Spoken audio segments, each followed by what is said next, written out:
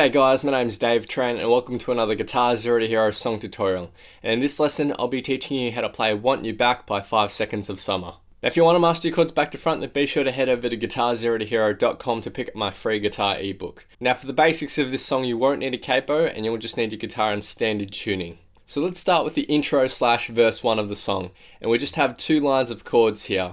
Our first line of chords goes A minor, G, and then E minor, and then F. And our second line of chords just goes F, G, E minor, and F. Now in this intro/first verse, there is no real strumming pattern here. You're just going to strum each chord once. Now there is particular timing that you'll have to follow here. All the chords are strummed on the 1 beat and the end beat after the 2. And you'll see that up in the annotations here. So for the first line, A minor's on the 1, G's on the end beat after the 2, E minor's on the 1 beat, and then F's on the end beat after the 2. So together with a count, the intro/first verse will sound like this.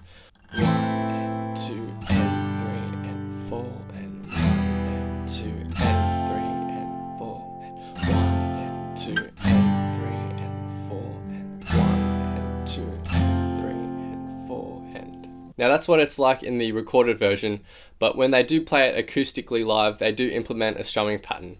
So if you want to add a strumming pattern to this first verse, you can.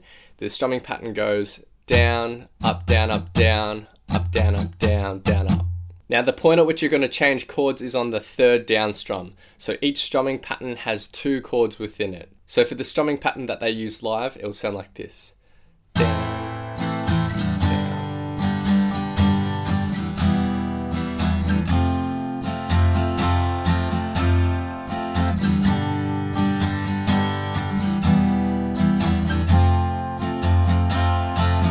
Now before we get to our first chorus, there is a little pause. This final F that we hit is held out for another 4 beats, and then we get into the first chorus.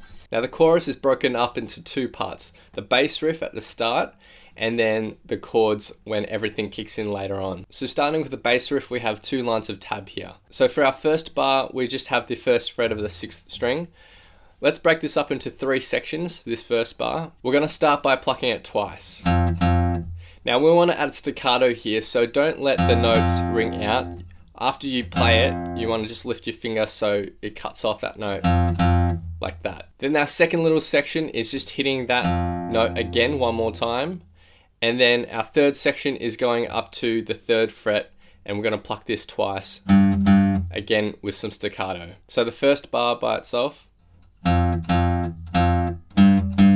then for the second bar tab, we have the exact same pattern and timing, except we're using the open 6th string and then going to the 1st fret of the 6th string. And to get the staccato on the open string, you can just pluck it and then mute it with either your fretting hand or your picking hand.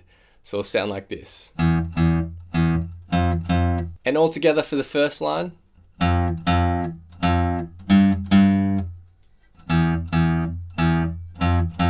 Now the second line is almost identical, except for the last bar. When we go back to this 1st fret, you're just going to hit it once instead of twice. So the full bass riff will sound like this.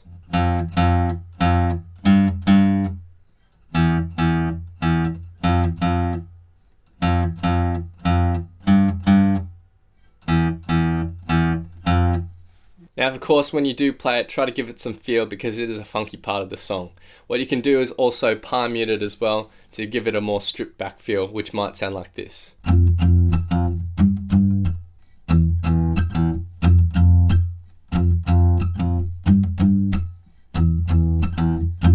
Now if the bass riff is too hard for you to play, you can play a simple 4-chord chord progression that goes F, and then G, and then E minor, and back to F. And each chord is held out for just 2 beats, so it'll sound like this. 1 and 2 and 3 and 4 and 1 and 2 and 3 and 4 and... Now when we get to the big chorus section, we just have a 4-chord chord progression, and we're going to implement a strumming pattern that just goes like this. Down, up, slap. And a slap is more or less a down strum, or you can just mute the strings if you want to as well. But it's just down, up, slap, and then a pause. Now you're going to play that once for each chord, and the big chorus will just sound like this.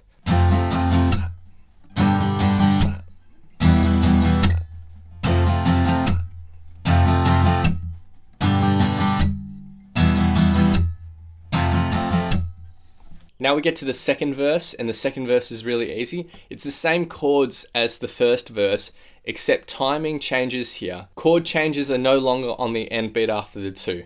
And we're going to implement a really simple strumming pattern that just goes down, down, down, down, up. And we're going to play that once for each chord. So the second verse will just sound like this.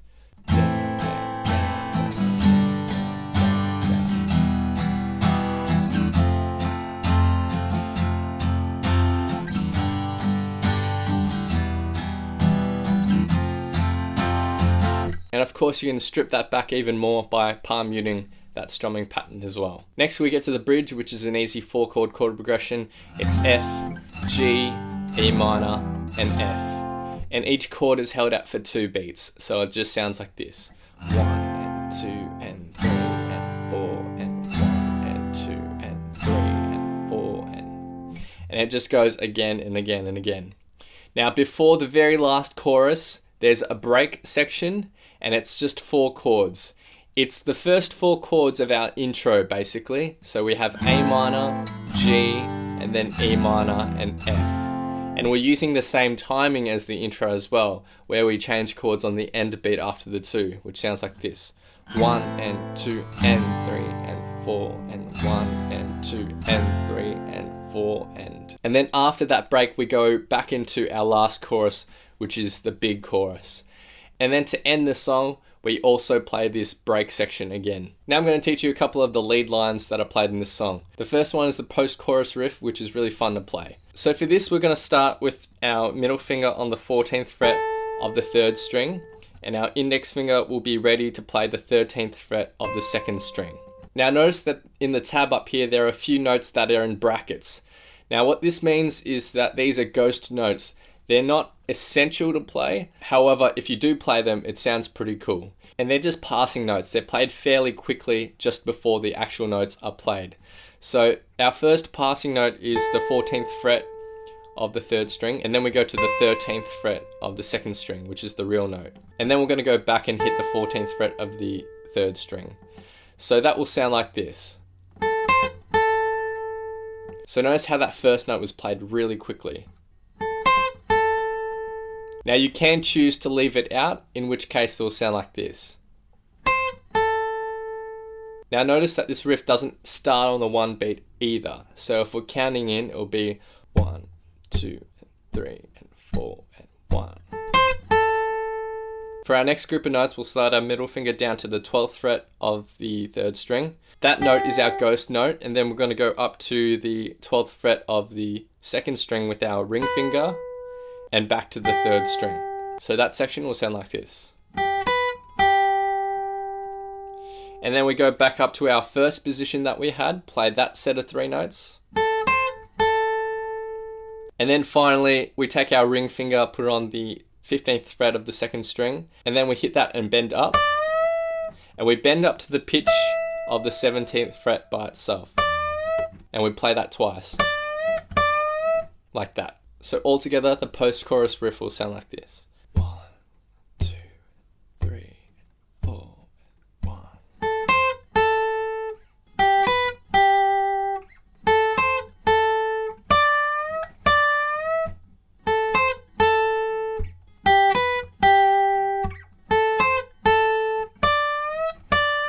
Now the other riff that we can learn is in the bridge as we build up to the last chorus. And it's really easy, it's just single notes picked again and again. So to start, we have 5th fret of our 3rd string. And we're going to pluck this 8 times with a down, up, down, up, down, up, down, up. But you're going to palm mute it so take the fleshy bit of your palm, rest it lightly on the edge of the bridge, and you'll get that muted sound. So pluck it 8 times with the down, up motion. And then we're going to go to the 7th fret, do the exact same thing. Then go down to the 4th fret. And then back to our original note. And all together.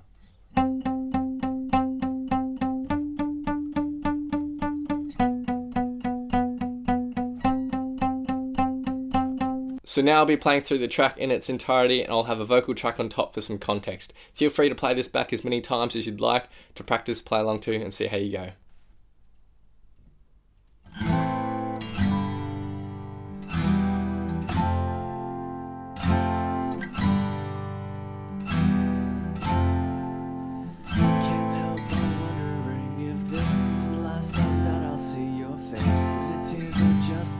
making rain. Wish I could say something that doesn't sound insane, but lately I don't trust my brain. You tell me I won't ever change, so I just say nothing.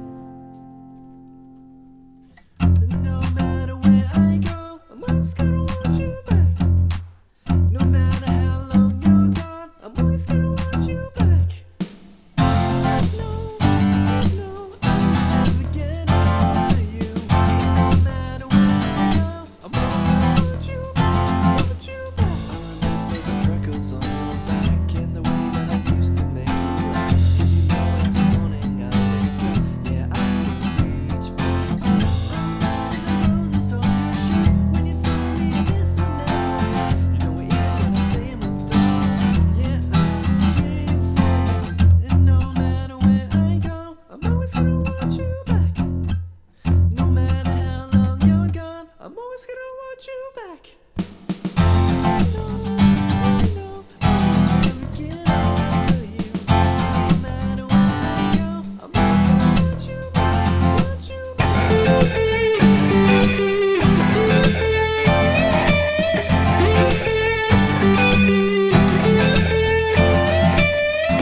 Even when I say moved on, you know, even though I know that you're gone, all I think about is where I went wrong. You know, even when I say moved on, you know, even though I know that you're gone, all I think about is where I went wrong. Yeah, I still dream for you.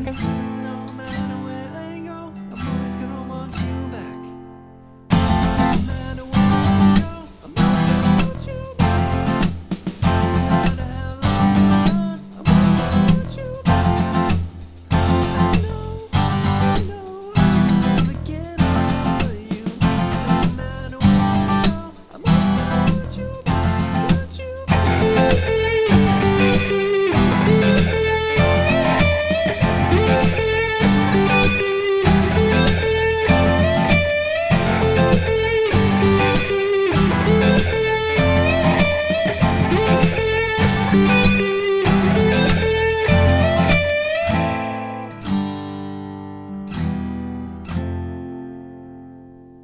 Thanks for watching, guys. Be sure to head over to GuitarZero2Hero.com to pick up my free guitar ebook. I've also started a second YouTube channel called GuitarZero2Hero Express, where I upload just the covers for these songs for you to play along and practice too.